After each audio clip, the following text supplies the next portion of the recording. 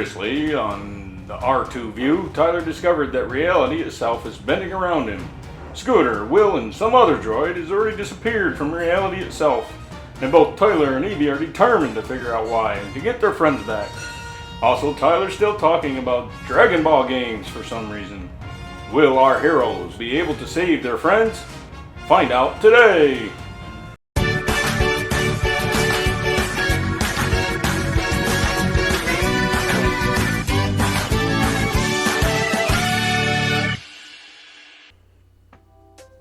That wasn't even the same actor doing the narration. What are you talking about? Never mind. So, did you figure it out yet? I'm working on it. This thing's a bit slow, though. So, why not use a newer computer? Get a newer camera. Anyways, I'm gonna go on and do the next video now. Do you want to be on camera for this one? Not in the slightest. Fair enough. Alrighty then. Welcome back, guys. Let's jump right into the final Dragon Ball video of 2020. Actually, it's the final video of 2020 in general, isn't it? Huh. Anyways, let's get started with the history. If you remember last time, Dragon Ball GT didn't last long. It wasn't that successful and it ended up ending the 11-year run of Dragon Ball on TV. But throughout the 2000s, Dragon Ball continued to be a good seller despite no new shows or manga. So the rights holders decided to try to see if they could increase interest by bringing Dragon Ball back to TV. Their first attempt was Dragon Ball Kai, released outside of Japan as Dragon Ball Z Kai. It was a widescreen re-edit of Dragon Ball Z with new music and a new script. It was a big failure in Japan. Actually, sales even started going down during Kai. So, yeah, that's a failure. Us outside of Japan might find that odd, considering it was a huge success everywhere else, but there's a few reasons for that. At first, the Japanese script for Kai wasn't all that different from the original Z script, unlike the English scripts. Second, well, the music composer was Kenji Yamamoto, who, if you remembered last time, was a huge music thief. So, yeah, Japan kind of cut their losses with Kai. Then in 2013, they got Toriyama to help make a new Dragon Ball movie, and the success of that movie led to more movies and a new series called Dragon Ball Super. That was a lot more successful than either Kai or GT. So let's discuss what happened in it. Dragon Ball Super takes place in the 10-year gap between the defeat of Buu and Son Goku taking off with Lube. The first arc is an adaptation of the 2013 movie called Battle of Gods. In it, the never-before-mentioned Beerus, God of Destruction, wakes up after 50 years and tries to find the Super Saiyan God that he dreamt about so he could fight him. After landing on Earth and eating lots of food at Bulma's birthday party, Beerus gets fed up and decides to destroy the Earth. However, Goku steps in and, with the help of the Dragon Balls, finds out how he can become a Super Saiyan God to fight Beerus. Goku does so and loses. But because of the fight and the dedication and determination of Goku, Beerus decides not to destroy the Earth. Well, either that or the fact he really liked Earth's food. The second arc adapts the 2015 movie Resurrection F, where Frieza comes back and is easily defeated thanks to Deus Ex Machina. Then there's a tournament between their universe and another universe, then Future Trunks comes back to make time travel even more confusing, then the series ends with another tournament between multiple universes. Though there was also a third movie in 2018 that made Broly canon, another arc in the Super manga about an evil goat or something, and now a new arc in the manga about oatmeal. I swear that makes sense in context. If GT's problems were great ideas but poor execution, Super is generally the reverse of that. Some pretty mediocre ideas at best, with decent execution generally. Except for the Future Trunks arc, I actually really liked that arc up until the very end. That ending is the absolute worst. Absolute worst. Still, though, they actually might bring Super back. It's been a rumor for a couple years now. And honestly, I hope they do. Because even if it's not at its best, it's fun to watch. Just maybe get somebody else to write it besides Toriyama. I love you, man, but you're old. Very old and forgetful. As said before, the Dragon Ball franchise continued to sell well in the 2000s, and a big part of that was the video games. After Budokai 1, at least one Dragon Ball game was released a year, sometimes multiple games. And the main genre these games took was fighting games. The Sparking trilogy, called Budokai Tenkaichi outside of Japan, put things in a full 3D space and brought the roster to absolutely insane levels. Unfortunately, it was mostly all downhill after the third Sparking game. The jump to HD brought Burst Limit, which was almost a remake of Budokai 1, and story structure and roster, just minus the charm. It felt like a huge step back.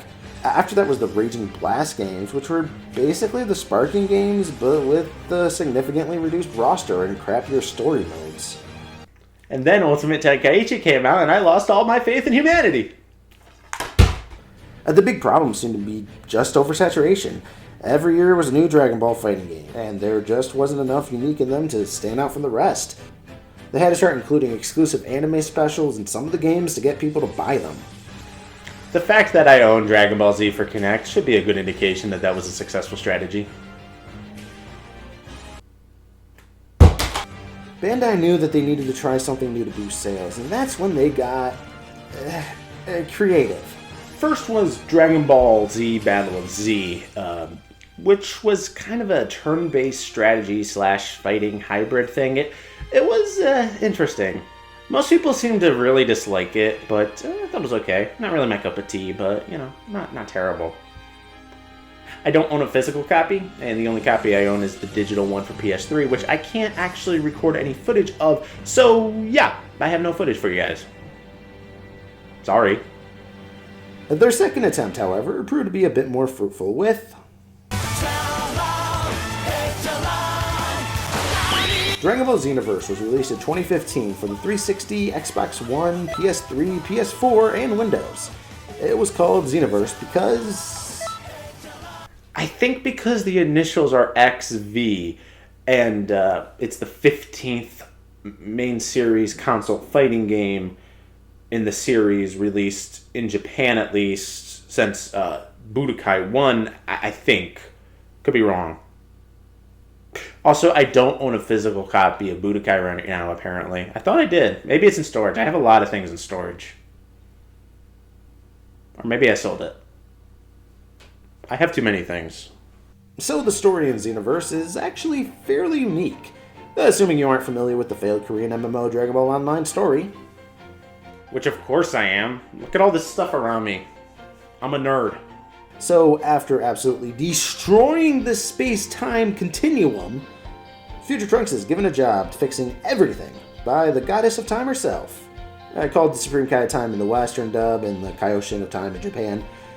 Trunks decides that the best way to do a job is to make someone else do it.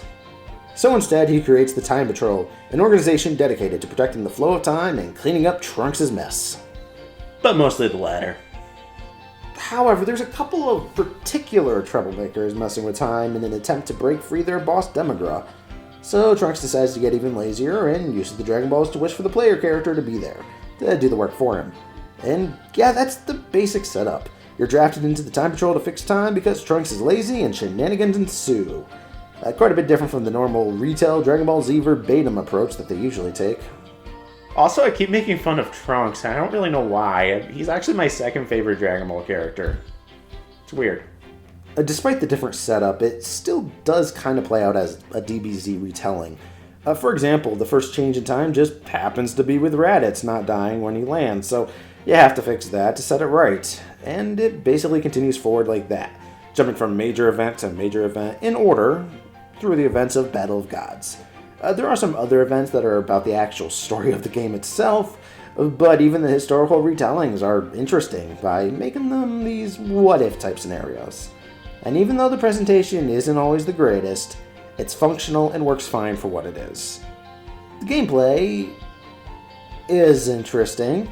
It's made by Dimps, the developers of the Budokai games. However, it's in a full 3D environment and doesn't control like those games did. It is still sort of a fighting game though, at least combat-wise. When you see an enemy and lock onto them, you can use their standard fighting moves and special moves to fight them. You drain their health, and that's that. Sort of. The 2010s had very unique genre mashups in video games. Things like Destiny, which combined shooters in a MMO-like world, or like Tetris 99, which was a puzzle game battle royale.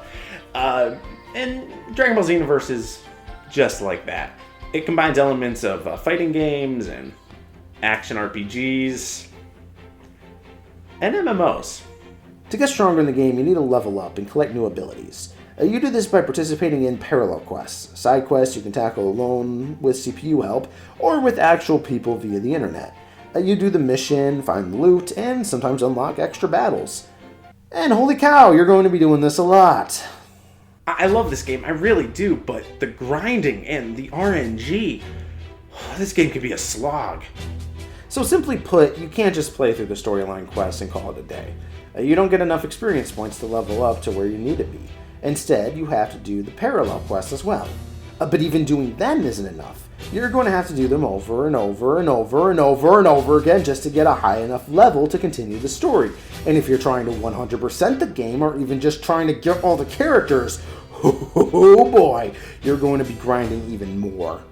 RNG stands for Random Number Generator, basically meaning that the game will draw a random number to determine whether an event or action will take place. And this game is one of the worst offenders. First time I played the game, I decided that apart from beating the game, the only thing I wanted to do was unlock all the characters. However, there are 3 that you can only get via wishing for them with the Dragon Balls. Remember, there are 7 Dragon Balls, and you only get 1 wish when you get them. A first time playing through, I managed to barely get all 7 once, and wish for one of the characters. So I had to grind some more parallel quests to get the Dragon Balls. No big deal. How do you do that? Well, the game doesn't tell you, so I looked it up online. There are only a few quests where you can find them. Inside those quests, there's a hidden enemy that you might randomly find. If you defeat them, they randomly drop some items.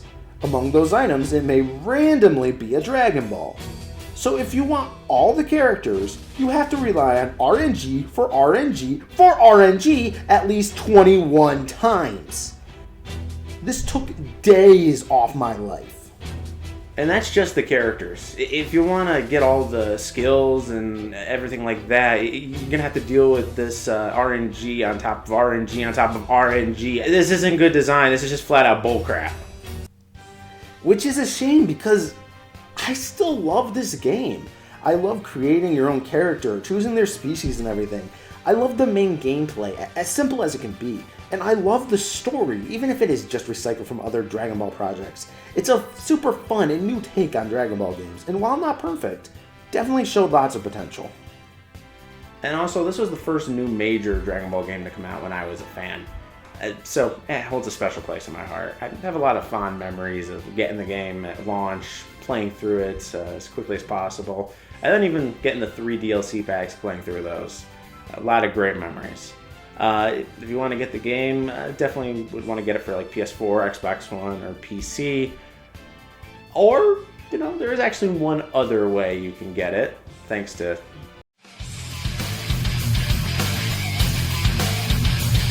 Dragon Ball Xenoverse 2 was released in 2016 for the PS4, Xbox One, and PC.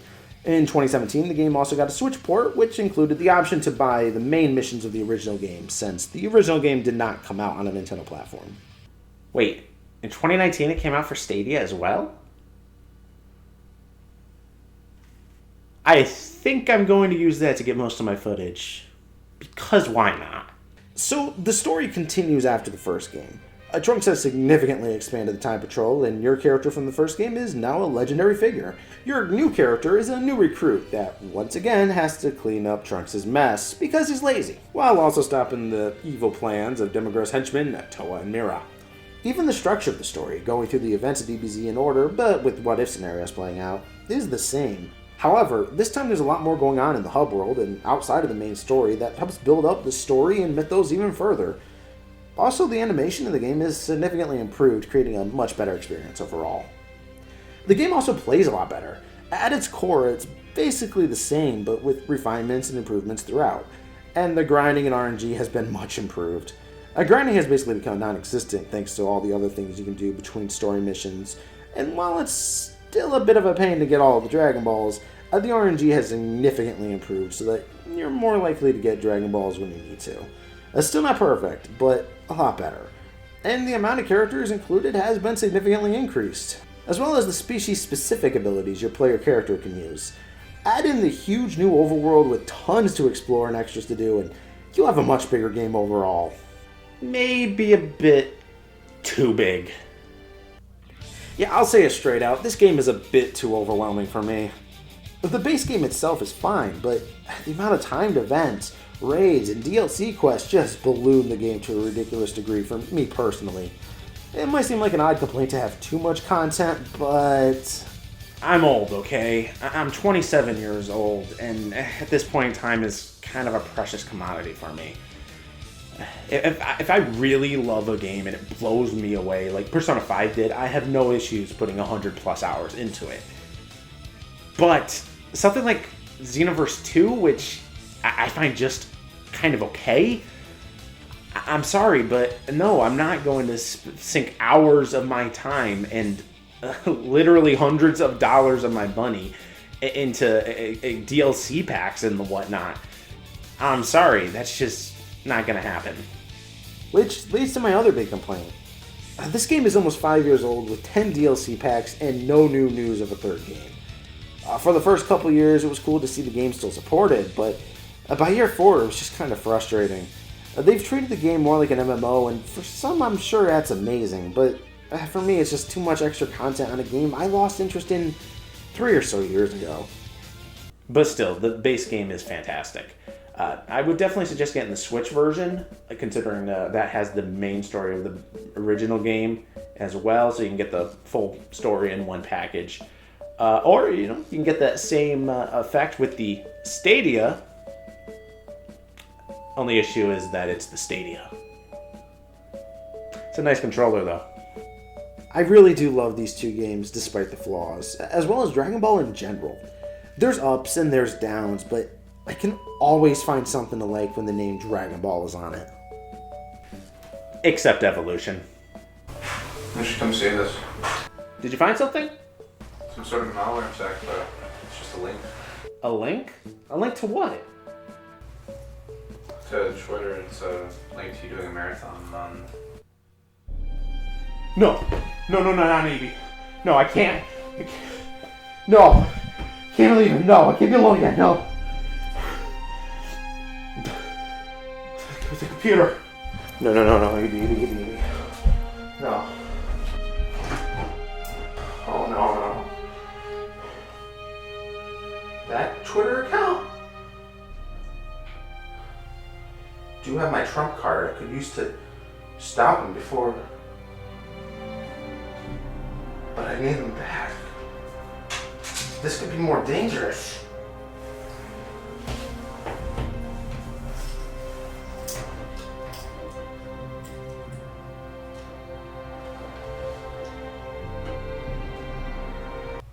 I can't lose him.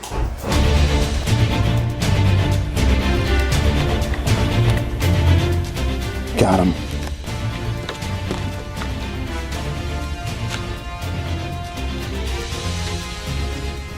Eternal Dragon, I summon thee.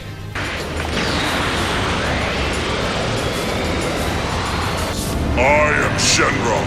I shall grant you any wish. Now speak. I wish that Evie, Will, Scooter, and that other droid thing was back and that they wouldn't be able to be taken away again. That is a simple wish to grant.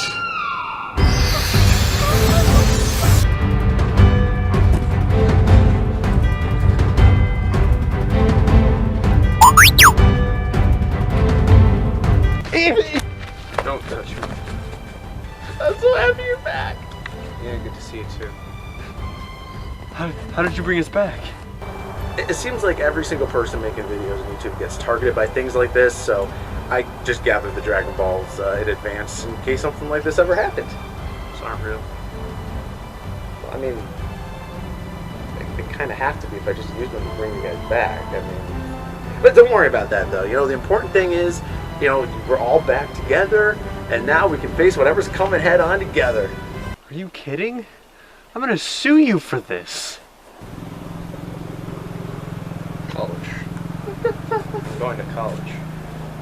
Joe will be taking my place. Who's Joe? Joe Mama.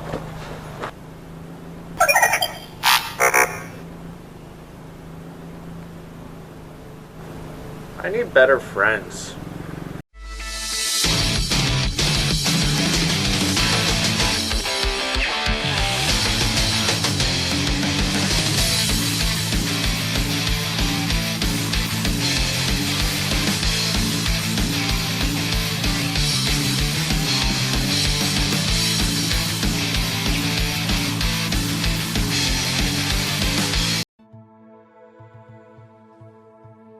They win for now.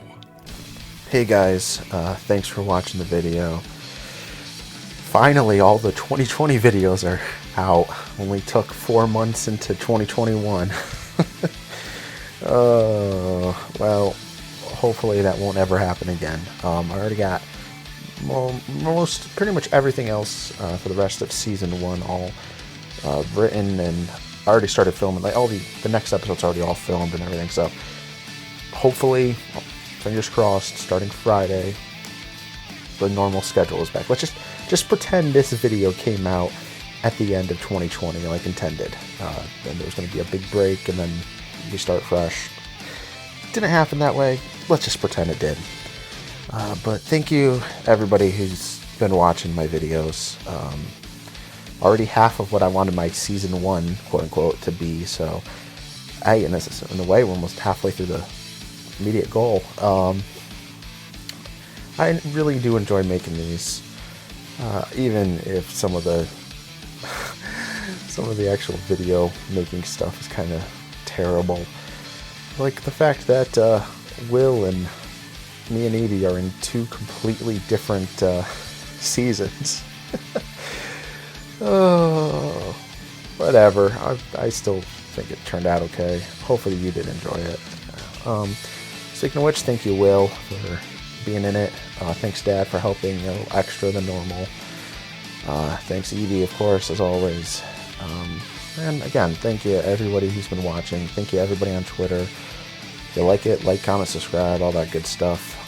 Comment, I guess. I don't know. And here's looking to the next videos. Alright guys, until next time, be excellent to each other.